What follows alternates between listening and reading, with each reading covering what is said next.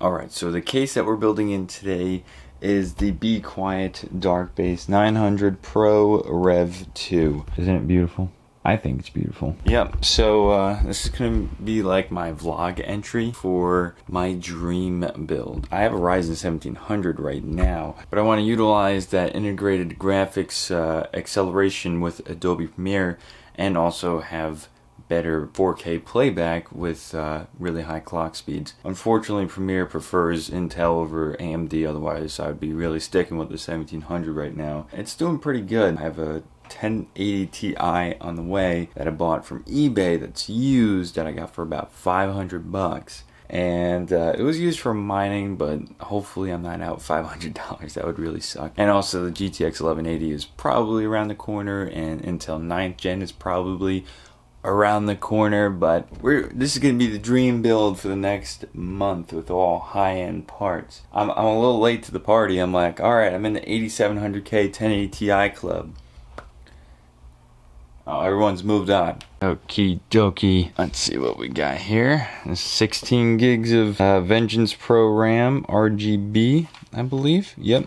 What is this, 3000 megahertz? Oh, this is 3600 megahertz. Dang, that's a lot. I'm gonna need 32 gigs. I'm gonna steal some RAM from my current PC. I didn't know that was 3600. I bought that.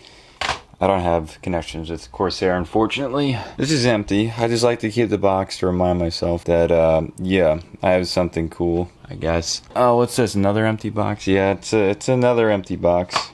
Okay. 8700K. Is this it? Yep. This I bought myself. I haven't used it ever. I just picked it up because whenever you need to do gaming benchmarks, people want to see the highest end gaming processor, and now here I am finally using it with Intel 9th Gen about to drop. So, woohoo! Let's pick out a motherboard. Not this one. I bought this one myself. Don't worry, guys. I don't have connection with ASRock. Although, ASRock, if you're watching this, I would love to be a partner with you, because that's another motherboard. That one I got for Christmas, and then one of the modules broke on it, and then I had to RMA it, so I got a new board in here. And I also had this board for my 8700K, but I ended up using this when this one was being RMA'd, and I had to buy another board so that I could have one for my 8700K and the 8600K. And yeah, so this one's being used, so I have 3 Z370 boards, and I bought all of them. Oh yeah, except for the one I got for Christmas, I guess. The ASRock Fatality. Well. Alright, let's put that right there. Get me some RAM. Yeah, you got all this stuff laying around.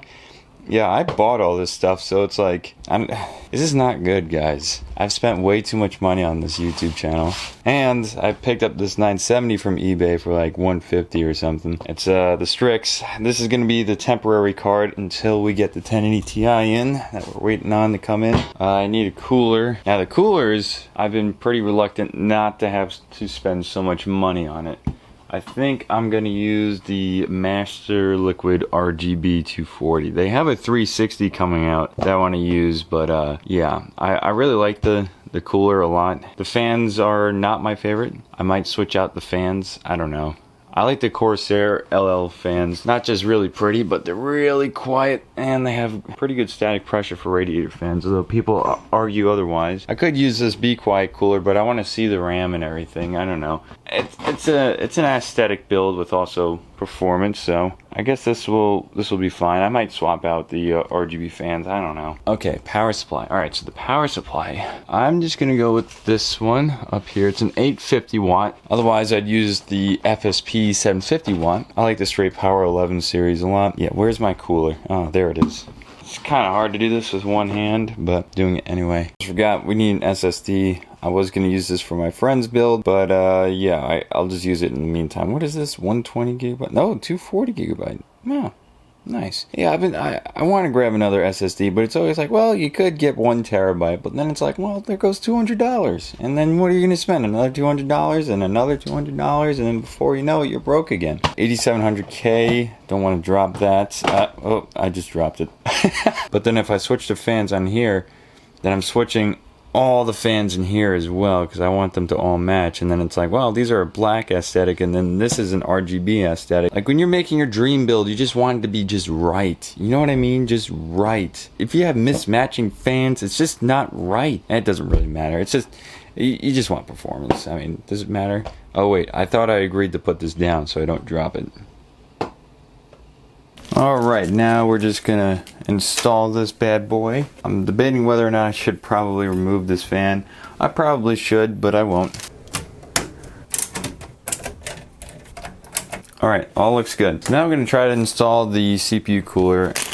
Boom, done. See, that's the power of editing. Radiator clearance is actually pretty decent up on the top panel, so we got a little bit of a buffer in between the top of the top panel and the frame, mounting frame over here. So I like that look. I actually like it a lot. And it doesn't really matter what the orientation is, because look, this just comes out and you can flip it to whatever orientation you want. There's little notches, so you have it perfectly aligned. So whatever orientation you choose, the logo is not going to be upside down, which is very simple, but oddly enough, a lifesaver in some points, especially when you're making aesthetic builds. Alrighty, I'm just gonna finish up the installation to this AIO. That's really simple. I made a whole review about this Cooler Master ML240R. Alright, so there's the cooler. Alright, I got everything plugged in. I'm gonna flip on the power supply switch. Okay, RAM's on. Power supply is spinning, and we got a post. So that all looks good. Now, you don't have to do this every time. I just do it that's actually the only time I've done that, so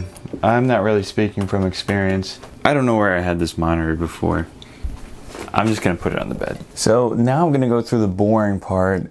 Well, I guess boring for you guys, but slightly mildly exciting for me to plug everything in. That includes the power supply, the fans, all the RGB connections, and everything else like that. It's gonna be cable managed and beautiful in a matter of a couple seconds with some editing magic, but on my end it's absolutely terrible. All right, here we go. Bum bum bum bum. I also have a Deep Cool Castle RGB AIO coming in. It's going to be replacing this one. I really like this one, but I want to try that one as well. It has a really big block. Jack, what are you doing? Other than that, some really nice news. We got some custom cables in from Easy DIY Fab. They're just extension cables. They're good quality cables. They all work. A bunch of cable combs, which is why I choose these guys over a couple of the other ones. And they also give you a nice selection of cables. In this case, it's going to be black and gray, which I think will suit this pretty well. The only problem with extension cables is that they add a lot of extra length onto your already existing cables from your power supply. And here is the kicker right here. The 1080 Ti just came in. So I bought this used. I don't know if I have the video up or not by the time I'm making this video. I bought a used 1080 Ti off of eBay. This card was mined on, and it's also used. The guy described what kind of temps it was kept at, what kind of environment it was, and how cool the card was when it was running at 100%. And basically, this is the SC2. And I got it for about $500. This is going to be an addition along with the custom cables, and then we're going to get the Deep Cool Castle RGB AIO in there, and it's going to start looking pretty nice. So let's start with this first, and let's get some things situated.